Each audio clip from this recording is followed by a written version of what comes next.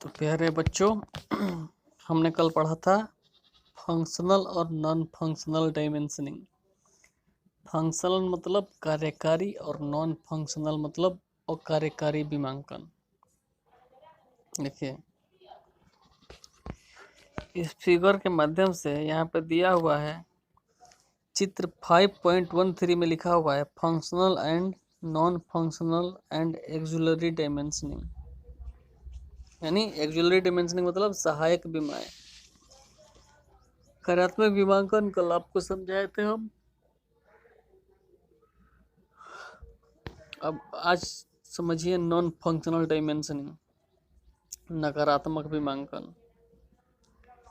किसी कंपोनेंट के अच्छी प्रकार कार्य करने इन मापों का कोई योगदान नहीं होता।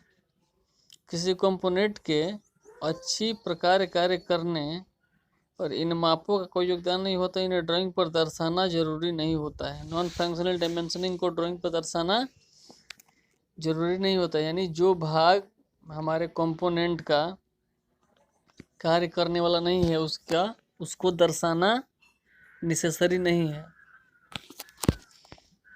जैसे देखिए इस चित्र में जहाँ NF लिखा हुआ है उसको बोलते हैं नॉन फंक्शनल डायमेंशनिंग, और जहाँ F लिखा हुआ है उसको बोलेंगे फंक्शनल डायमेंशनिंग। यानी F जो है वो कार्य करने वाला भाग है। जैसे कि अगर एक बोल्ट का हमको साइज लेना है तो उसके हेड को नहीं दर्शाएंगे। जैसे हेड पे लिखा हुआ है NF नॉन फंक्शनल डायमेंशनिंग। अब देखिए AUX एक लिखा हुआ है। AUX का मतलब होता है एक्सिलरी डायमेंशनिंग, सहायक डायमेंशनिंग है वो। आगे बढ़ते हैं सहायक डायमेंशनिंग में। देखिए सहायक डायमेंशनिंग में क्या है, इन्हें रिफरेंस डायमेंशनिंग भी कहते हैं। इन्हें क्या कहते हैं, रिफरेंस डायमेंशनिंग भी कहते हैं। ये विमाएं कार्यात्मक और नकारात्मक विमाओं को जमा घटा करके बनाई जाती हैं। यानी फंक्शनल और नॉन फंक्शनल दोनों का कॉम्बिनेशन बैठा के एक्सिलरी डायमेंशनिंग बनाई जाती है, जिनका कंपोनेंट की कार्य प्रणाली में कोई वास्ता नहीं होता। यानी जो इक्विपमेंट्स बन रहा है उसके वर्किंग प्रिंसिपल में इनका कोई योगदान नहीं होता। इस कंपोनेंट के उत्पादन और इंस्पेक्शन में कोई योगदान नहीं होता। यानी कंपोनेंट का जो इंस्पेक्शन होगा और उसका उत्पादन होगा उसमें भी एक्सिलरी डायमेंशनिंग का कोई खास मतलब नहीं होता। ठीक है, तो आपने पढ़ा नकारात्मक और सहायक। अब आगे पढ़ते हैं, चौथा नंबर पे है साइज डायमेंशनिंग। देखिए इसमें क्या बोल रहा है, ये विमाएं किसी कंपोनेंट की लंबाई चौड़ाई मोटाई, सुराख, झिरी, व्यास आदि को मापों को दर्शाती है।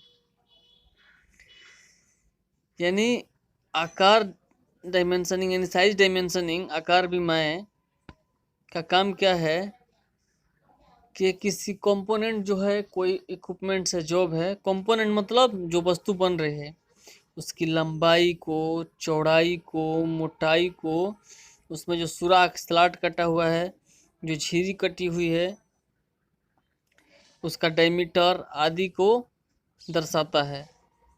क्लियर है? चलिए हम आगे बढ़ते हैं।